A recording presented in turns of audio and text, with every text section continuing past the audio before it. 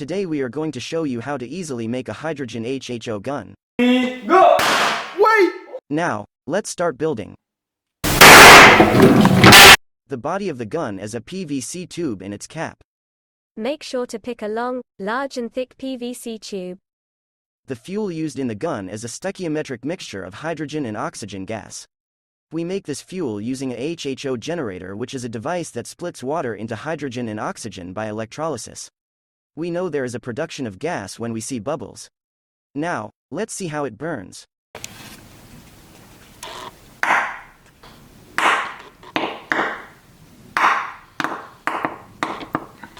We can see that the bubbles are quite explosive. We want to fire the gun from a distance so that we don't die in case of a problem. For that we need electricity and a taser module. We add a button to the circuit to make it easy to use. But it doesn't work, so after some debugging we made it work. The bigger the distance between the wires, the lower the frequency between the electric discharges. Now, to have the electric arcs inside the PVC tube, we insert nails in the tube to extend the electric connection. We drill holes inside the tube with a drill that drills holes. Make sure to have a correct distance between the nails.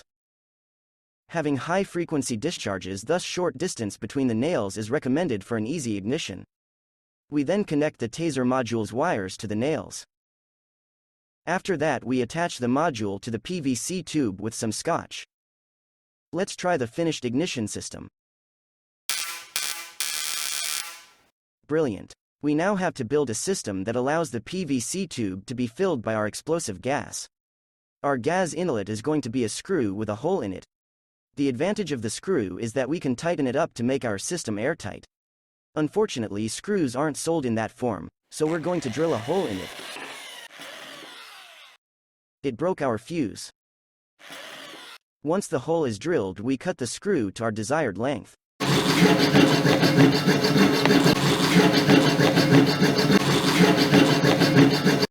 We now drill a hole in the PVC cap to pass the piece of screw through it.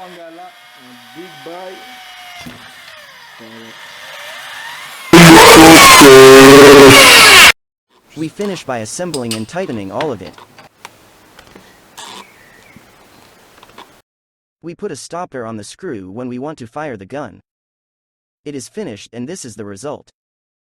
Now, let's try to fire it, but remember that safety comes first, so put some goggles on. Before we can fire the gun, we have to fill it with our explosive gas, so when unscrew the bolt stopper and connect the tube to the piece of bolt, we can see the gas coming into the chamber.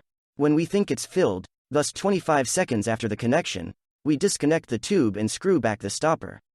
We're ready to go. Go! It worked, but the explosion was quite weak. We can see that it ejected the piece of toilet paper that served as projectile. The explanation for the weak explosion we came up with is that we didn't let enough time for the gas generator to completely fill the chamber. This time we're letting it be filled for about a minute. Go! Wait! It worked way better. The reason these people scream is that the explosion makes a really nasty noise. Let's shoot toilet paper again. 3, go! Wait! This time the explosion was so strong that it blew out the PVC cap.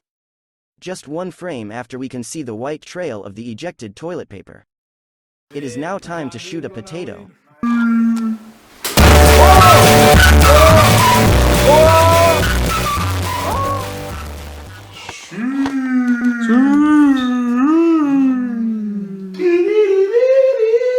We now press the potato into the tube and push it down at our desired distance.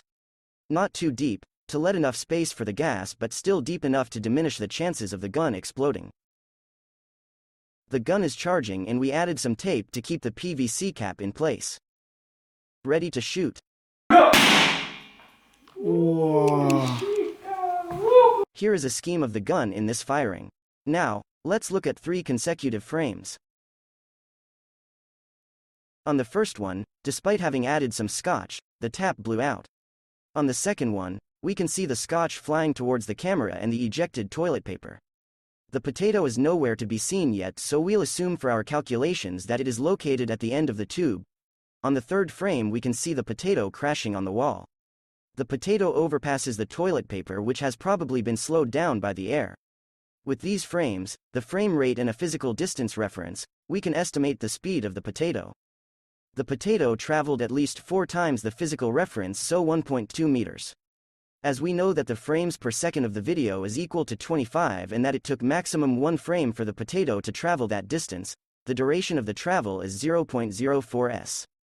Therefore, as we know that speed equals distance divided by time, we find that the speed equals 30 meters per second or 108 kilometers per hour. The speed of the potato was at the very least 108 kilometers per hour or 67.1 miles per hour. Crashing against the wall at this speed caused the potato to shatter into tiny pieces. Therefore, don't aim at people. It might cause harm. Thank you for watching. Please like and subscribe. Go. Wait. 3, go. Wait. Go. Wow.